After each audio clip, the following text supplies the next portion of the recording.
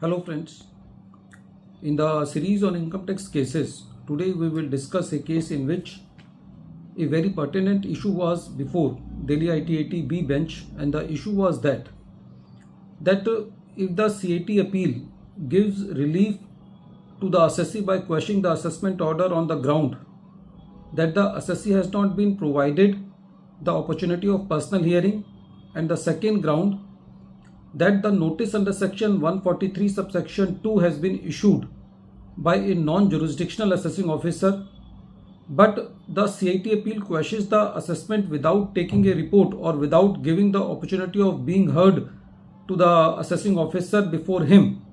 So whether in that case the quashing of the assessment is justified without giving the opportunity of being heard to the assessing officer, or whether it is a question of pure law or a mixed question of fact or law, that the notice under section 143 subsection 2 has been issued by a non-jurisdictional assessing officer. These both the issues have been decided by Honorable Bench in the case of DCIT Circle 16-1 New Delhi versus Mark Kearney Infratech Private Limited, and the reference number of the case is ITA number 9114/Delhi/2025. The date of the judgment is 10th July 2026. The present case relates to the assessment year 23-24. The assessment of the assessee was completed. Some additions were being made. The assessee filed the appeal before the learned CIT appeal. Two grounds, among various grounds, two grounds before the CIT appeal were that the assessee has not been given the opportunity of personal hearing before completing the assessment by the assessing officer, and the second ground in dispute was that the notice issued under section 143 subsection 2 for the assessment proceedings was by a non-jurisdictional assessing officer. The CIT appeal was convinced with these two grounds, and very rarely when CIT appeal gives relief on the technical grounds, but in this case the CIT appeal gave relief to the assessee on these two technical grounds. One fact was very clear, that before giving relief to the assessee on these two grounds, the CIT appeal didn't ask from the assessing officer any report. Demand report was not asked, and basically no opportunity was given by the CIT appeal to the assessing officer to confront the objections raised by the assessee. The revenue filed the appeal against the order of the CIT appeal before the tribunal, and the main ground of the revenue was that the quashing of the assessment without giving a proper opportunity to the assessing officer to confront the objections of the assessee was not fair.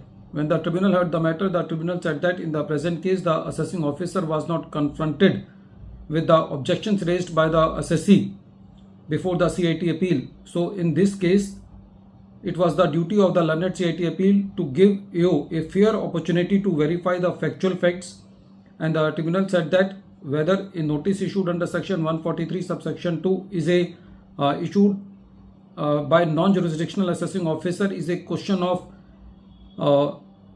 fact and law. So to verify the facts, the proper opportunity to the assessing officer should be given. Similarly, whether the opportunity of personal hearing has been given or not is also a question of fact, for which the verification should have been done by the CIT appeal through the assessing officer.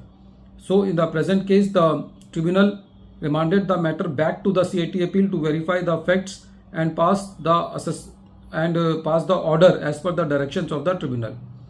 Friends, this case is important in the sense that in most of the cases it has been seen that the CIT appeal are very reluctant to give relief on the legal grounds.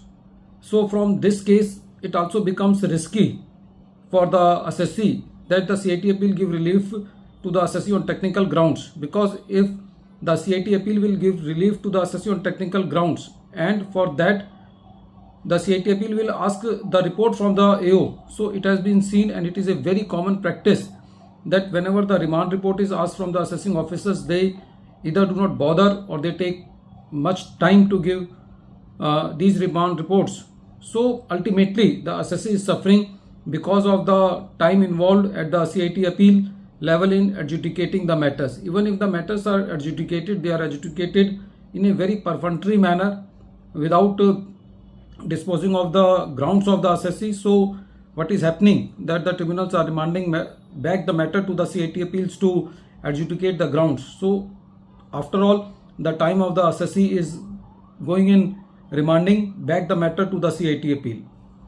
At the end of this video, once again I am repeating the name of the case. The name of the case is DCIT Circle 16-1 New Delhi versus Ma Karni Infratech Private Limited, and the reference number of the case is 9114 Delhi /2025, and the date of the judgment is 10th July 2026. Thank you friends.